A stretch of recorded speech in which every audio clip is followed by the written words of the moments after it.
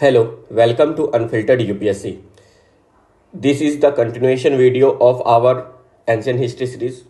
In this video, we will read about invasions in India. जो first time invasions हुए थे, Iranian एकमेडियन invasion, Alexander के बारे में हम लोग पढ़ेंगे।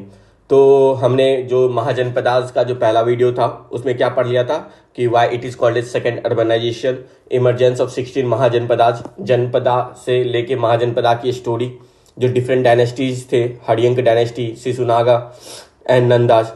फिर मैंने जिसके लिए मैंने आपको एक कोड वर्ड दिया था हंसना। फिर उसके बाद मैंने आपको 16 महाजनपदास और उनके कैपिटल को बोला था लोकेट करने के लिए।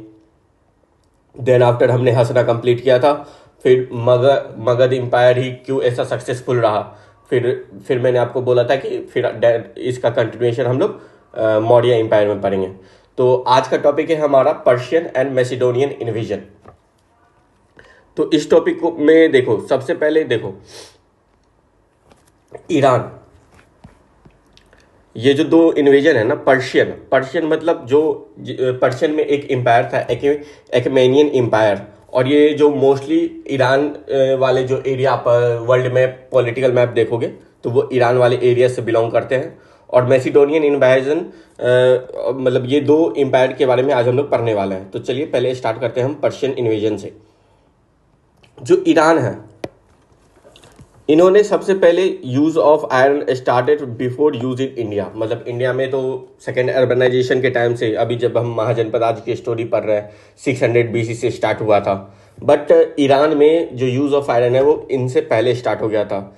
तो डेट्स वाई हम कह सकते हैं जो ईरान का जो एम्पायर है वो जो मगध के एम्पायर से पुराना है। बिकॉज जो मगध का एम्पायर कैसे बना, it was the result of the second urbanisation से महाजनपदास बने। महाजनपदास के बाद जो मगध को सक्सेस मिली। तो that's why Iran was the earliest empire, older empire than the Magadh.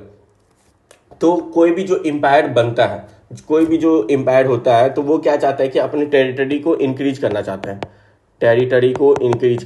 हैं। तो जिसके वजह से वो क्या करेंगे कि इन्वेजन करेंगे। अब हम जब आगे वाले चैप्टर में देखेंगे कि ये मगध से जो मौर्य बनता है, तो वहाँ पे जो डिफरेंट रूलर्स थे कैसे जो अपने नेटिव एरियाज पे अपना वर्चस्व प्रेस्टीज फैलाते जा रहे थे। तो चलिए हम लोग पहले एकमेनियन एम्पायर ईरान के बारे में पढ़ते हैं। जो ईरान में जो एम्पायर रूल कर रहा था वो एकमेनियन एम्पायर था, और यही लोग थे जिन्होंने फर्स्ट टाइम यूज किया था वर्ड हिंदू को। तो अगर ये क्वेश्चन आता है बीपीएससी और यूपीपीसीएस में, ये आते रहता है और यूपीएससी में भी ये एक बार आ चुका है, who used the term Hindu first time, तो it was Persian Iran empire. तो इसका मैं आपको एक कोड वर्ड देता हूँ एकमेडियन एम्पायर के नाम को याद करने का, CDX मतलब साइरस, डेरियस और जैरस। CDX का मतलब हो गया साइरस, जैरस एंड डेरस।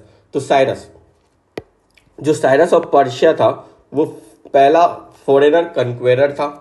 उसने कैप्चर कर लिया था गांधार रीजन को। आपको जब मैंने महाजनपदास में पढ़ाया था तो गांधार और तक्षशिला रीजन पढ़ाया था, जो कि north west part of India में है, और ये पाकिस्तान वाले रीजन में है। तो जो साइरस था ना, वो गांधार रीजन तक कैप्चर कर लिया था। जो भी ट्राइब्स थे ना west of river Indus, suppose ये मान लीजिए ये कोई रिवर फ्लो कर रही है, तो जो इसका ये ईस्ट हुआ, इसका वेस्ट हुआ, तो रिवर इंडस के वेस्ट वाले साइड को इसने कैप्चर किया था। तो इसका जो ग्रैंडसन था वो था डेरियस, जो कि 522 से 486 BC के अराउंड आया था।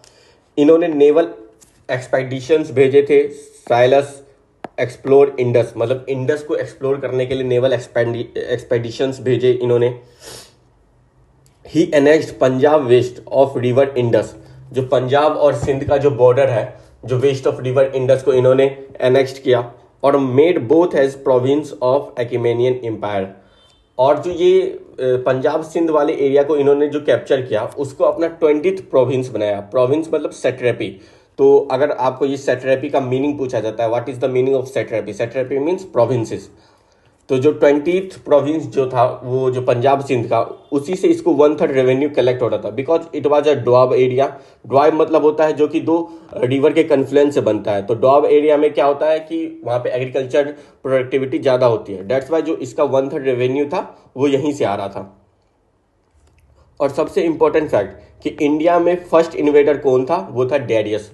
साइरस नहीं था, साइरस जो एनेक्स्ट किया था या कैप्चर किया था वेस्ट ऑफ रिवर इंडस के, बट डैरियस ने उसे पंजाब सिंध तक एरिया तक कैप्चर किया। तो दैट्स वाई अगर मैं पूछूं कि फर्स्ट फॉरेनर इन्वेजन जो किसके द्वारा किया गया था, वो था डैरियस ऑफ एक्मेनियन एम्पायर।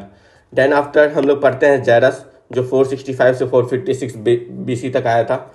ये एक्मेनियन एम्पायर से बिलोंग करता था। इसको एम्प्लॉयड किया इंडियंस को अगेंस्ट ग्रीस के मैसिडोनियन एम्पायर के।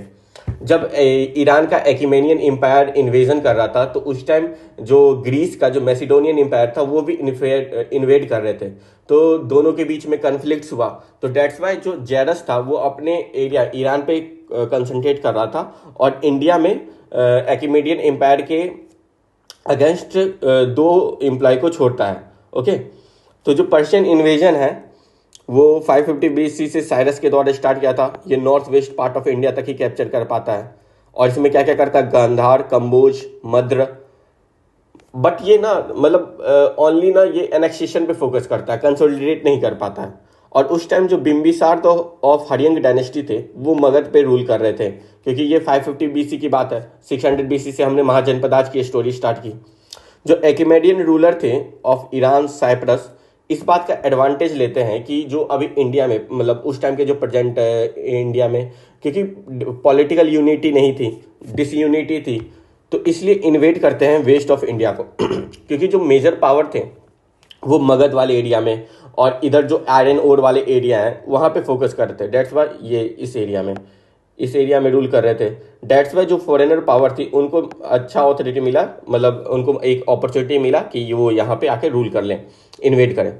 सो जो भी इंडियन ट्राइब्स थे वेस्ट ऑफ रिवर इंडस के, उन्होंने गांधार को, इंक्लूडिंग गांधार को, जो यहाँ पे मैंने आपको बताया था कि गांधार तक्षशिला का रीजन है, तो ये जितने भी थे एक्मेडियन एम्पायर के सामने अपना हथियार रख देते हैं। Cyrus succeeded in bringing under Persian control all the Indian tribes including Gandhara. Punjab और Sindh annexed by Darius one, जो साइरस का ग्रैंडसन था और यही पहला फॉरेनर इन्वेडर था जो कि इंडिया पे कैप्चर किया था। तो देखो ये क्वेश्चन बहुत बार आता है, what are the effects of Persian invasion, क्योंकि कोई भी इन्वेजन होगा तो वो अपना कल्चर, वो अपनी कुछ चीज़ें हम उससे सीखते हैं, वो हमसे कुछ सीखता है। जब हम मिडाइवल टाइम में मुगल के बारे में पढ़ेंगे, जो डिफरेंट सल्तनत है हम दिल्ली में देखते भी हैं, तो वो सब मैं आपको आगे बताऊंगा अभी। Effect of Persian invasion, growth of Indo Iranian trade and commerce, और it became the ground of Alexander invasion. जो अलेक्जेंडर का इन्वेजन होगा आगे हम देखेंगे, तो वो इसी बेसिस पे होगा क्योंकि इंडो ईरान के बीच में ट्रेड एंड कॉमर्स स्टार्ट हो गया। जो खरोस्ती स्क्रिप्ट है जो कि ईरानियंस के द्वारा यूज किया जाता था, वो नॉर्थ वेस्ट इंडिया में उसको पॉपुलैरिटी मिली। और जो अशोक के इंस्क्रिप्शन होंगे जो मौर्यन एम्पायर का, वो भी इसी लैंग्वेज में लिखे गए थे। ये स्क्रिप्ट का एक इंपॉर्टेंट पॉइंट है कि इसे राइट टू लेफ्ट लिखा जाता है। अगर क्वेश्चन आता है यूपीएससी और बीपीएससी में, तो द खरोस्ती स्क्रिप्ट को कैसे लिखा जाता है, राइट टू लेफ्ट। जो पर्शियन इन्वेजन है उनका इन्फ्लुएंस आर्ट्स में भी देखा गया है, स्पेशली हम मोनोलिथिक पिलर्स में देखते हैं। ये जो हमारा सारनाथ पिलर है जो कि हमारे एम्बलम में भी यूज होता है, उसमें और इसमें देखोगे कि यहाँ पे जैसे ये कि इन्वर्टेड लोटस है और ये लोटस का पिक्चर यहाँ पे भी है। अशोका का जो मोनोलिथिक पिलर्स है उसमें भी हमें एक्मेडियन एम्पायर का इन्फ्लुएंस देखने को मिलता है। ओके, तो अभी हमने देखा कि किस तरह से इंडो ईरानियन ट्रेड की वजह से हमको अलेक्जेंडर का इन्वेजन देखने को मिलता है। जो अलेक्जेंडर ने इन्वेड किया था इंडिया को, वो 327 बीसी के अराउंड किया था। ओके, अलेक्जेंडर कन्क्वेयर करता है एशिया के minor along with Iraq and Iran, और वहाँ ईरान से ही वो इंडिया के लिए मार्च करता है क्योंकि ईरान में उसको पता चलता है कि इंडो ईरान के बीच में ट्रेड एंड वो हो रहा है। जो अलेक्जेंडर था ना, वो नंद डायनेस्टी के, मतलब हसना लास्ट रूलर जो थे नंद डायनेस्टी के कंटेम्परेरी था। इसने पूरा होल ऑफ पर्शिया का क्रिएट किया था और जो डेरियस 3 था उसको बैटल ऑफ आराबेला में हराया था। रीजन क्या था इन्वेजन का, एज पर हेरोडोटस, जिन्हें फादर ऑफ हिस्ट्री भी कहा जाता है, जो फेबुलस वेल्थ था ना इंडिया का, उसने अलेक्जेंडर को अट्रैक्ट किया था। मतलब क्योंकि इंडो ईरान ट्रेड के बारे में जो हमने पढ़ा, जो उसका इंटरेस्ट था ज्योग्राफिकल इंक्वायरी में। जो अलेक्जेंडर थे ना, वो ज्योग्राफिकल इंक्वायरी में बहुत ज़्यादा इंटरेस्ट रखते थे, तो उनका जो इंटरेस्ट था उनके वजह से उन्होंने इंडिया पे इन्वेड किया। ठीक है, अलेक्जेंडर ये मानते थे कि जो eastern side of India lies in the continuation of Caspian sea, hence by conquering India he would conquer eastern boundary of the world. मतलब उस टाइम उनके पास उतनी इन्फॉर्मेशन नहीं होगी, बट उनका ये बिलीफ था कि जो ईस्टर्न बाउंड्री ऑफ इंडिया है ना, वो कैस्पियन सी के अलोंग लाई करता है। तो अगर वो इंडिया को कैप्चर कर लेंगे, मतलब वो पूरी कैस्पियन सी को कंक्वेयर कर लेंगे। तो आफ्टर कंक्वेस्ट ऑफ ईरान वो इंडिया की तरफ मार्च करते हैं थ्रू खाइबर पास इन 327 BC और इंडस को क्रॉस कर जाते हैं। अम्भी जो रहता है, जो रूलर ऑफ तक्षशिला, गांधार का जो रूलर रहता है, वो पोरस के को सबमिट कर देता है, हुज किंगडम ले between Jhelum and Chenab.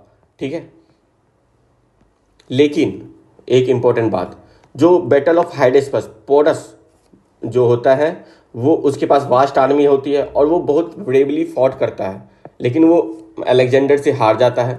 Alexander उसकी ब्रेवरी से बहुत ज़्यादा इम्प्रेस होते हैं और उसको उसका थ्रोन और वापस कर देते हैं और उसको अपना एलाई बना लेते हैं। क्योंकि हिस्ट्री में ऐसा आप देखोगे कि मतलब जब आपके सामने कोई एक स्ट्रॉन्ग लीडर रहेगा तो उसको दोस्त बना के एक एलाई में ही फायदा रहता है। ठीक है, देन आफ्टर हमने देखा कि he advance as far as the river Beas, move further, soldier refuse to move.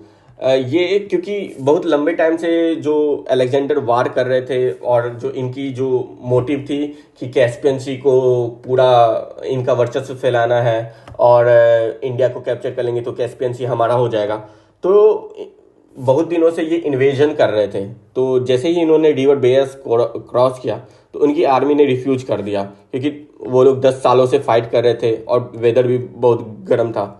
और जो दूसरा रीजन बताया जाता है कि इस प्लान को अबोर्ट करने का, मतलब ईस्ट और फर्दर मूव करने का, कि enormous power of Nandas of Magadha. Magadha का हमने देखा था कि कैसे धनानंद एक धीरे धीरे मगध पावर को इंक्रीज कर रहा था, जिसको चंद्रगुप्त मौर्य ने हराया था और फिर बाद में जाके मौर्य इन डायनेस्टी का स्टार्टअप किया था, मतलब स्टार्ट किया था। जो Alexander dare not to enter India because of army of Nandas. तो हमने देखा कि अलेक्जेंडर कितना महान, मतलब उसने पूरे ईरान, फिर उसके बाद वो खाइबर पास से पूरे उस एरिया को कैप्चर कर लिया था, बट वो फर्दर मूव ईस्ट नहीं कर पाया। जो अलेक्जेंडर इन्वेजन का हमें क्या क्या इफेक्ट देखने को मिलता है, ये पहला ओकेजन था जब Europe had made contact with India, so the most effect was the establishment of direct contact between India and Greece in different fields. तो ये पहली बार था कि जब हमें देखने को मिला था कि कैसे यूरोप और इंडिया के बीच में पहला कांटेक्ट हमें किसके थ्रू मिला है, अलेक्जेंडर के थ्रू। मैंने आपको बताया था कि 2 एम्पायर्स का इन्वेजन हुआ था इस टाइम में। पहला तो अकेमेनियन एम्पायर ऑफ ईरान इन्वेजन, जिसमें हमने CDX पढ़ा, साइरस, डायरियस एंड जेरस।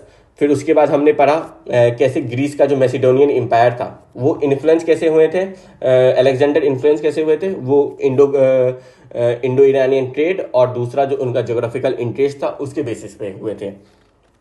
तो अगर क्वेश्चन आता है कि पहली बार हमें यूरोपियन के साथ कांटेक्ट कहाँ देखने को मिलता है, वो मिलता है अलेक्जेंडर के थ्रू। फिर जिसकी वजह से ट्रेड एंड कॉमर्स इंक्रीज हो गया, इसके वजह से political unification, it also increased political unification. कैसे?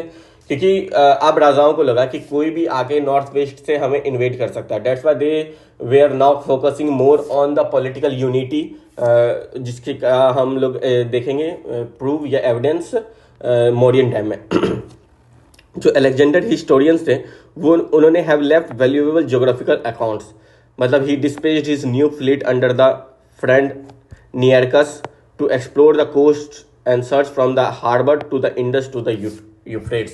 मतलब जो अलेक्जेंडर अपने फ्रेंड को यहाँ छोड़ के गए और उनको बोला कि आप यहाँ के ज्योग्राफी के बारे में बहुत एक अकाउंट बनाओ, एक ज्योग्राफिकल अकाउंट बनाओ, क्योंकि Alexander was interested in geography. That's why he left his friend Euphrates Nearchus. तो उन्होंने उसके ऊपर फर्दर वर्क किया। इन्होंने एक बुक लिखी थी द एनालिज ऑफ अलेक्जेंडर, जो कि एरियन के द्वारा लिखी गई थी। इसमें जो अलेक्जेंडर के बहुत सारे कैंपेन्स के बारे में वर्णन है। चलो मैं आपको लिंक, क्योंकि ये बताया कि अनफिल्टर्ड यूपीएससी चैनल पे हम आपको लिंकेजेज ऑफ स्टोरी पे फोकस कराते हैं, ताकि अगर आपके दिमाग में स्टोरी एक बार सेट हो गई तो आप उसके बाद फैक्ट्स अच्छे से रट लोगे। तो अभी हमने देखा ना कि महाजनपदास कैसे लेटर वैदिक एजेस में डिफरेंट टाइप ऑफ जनपद से महाजनपद बन रहे थे।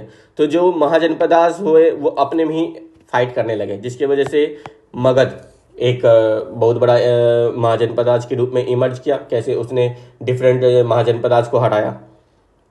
उसके बाद हम इसके कंटेम्प्रेरी में ही देखें दो इन्वेजन, पर्शियन इन्वेजन और मैसिडोनियन इन्वेजन, जो कि ग्रीस से, और इसी टाइम फर्स्ट यूरोपियन कॉन्टैक्ट हमने एस्टेब्लिश किया। फिर उसके बाद मगध में हमने देखा था कि लास्ट रूलर थे नंद को धनानंद जो रूलर थे, धनानंद को फिर उन्होंने चाणक्य की बेइज्जती की थी, जिसकी वजह से चंद्रगुप्त मौर्य जी के साथ मिलके उन्होंने धनानंद को हराया और एक न्यू डायनेस्टी का स्थापना किया था, एस्टेब्लिशमेंट किया था, जिसको हम लोग मौर्यन डायनेस्टी कहते हैं। तो अब हमारा ये चैप्टर कंप्लीट हो गया, emergence of 16 mahajanapadas and the invasions. तो फर्स्ट इन्वेजन जिसमें आप डेरियस को याद रखना कि पहली बार इन्वेजन हुआ था इंडिया पे, और दूसरा यूरोपियन के साथ कॉन्टैक्ट एस्टेब्लिश हुआ था अलेक्जेंडर के टाइम। ओके, तो अब मैं आप लोग से एक कमेंट में आप लोग बताना कि मैं ये जो रिलीजन है इसके साथ साथ जो इमर्जेंस ऑफ महाजनपदास के साथ बुद्धिज्म, जैनिज्म और जो डिफरेंट रिलीजन थे वो एक साथ पढ़ाऊं या फर्दर लेटर पढ़ाऊं, जब हम भक्तिज्म, सूफीज्म, सारे रिलीजन को एक साथ, तो ये आप लोग कमेंट में पुट कर देना। और एक न्यू अपडेट, जैसा मैंने आपको बताया था कि every Thursday, Friday and Saturday को इस वीक से हमारे चैनल पे बीपीएससी की पीवाईक्यू सीरीज आने वाली है। तो stay tuned and thank you for watching. Please subscribe our channel.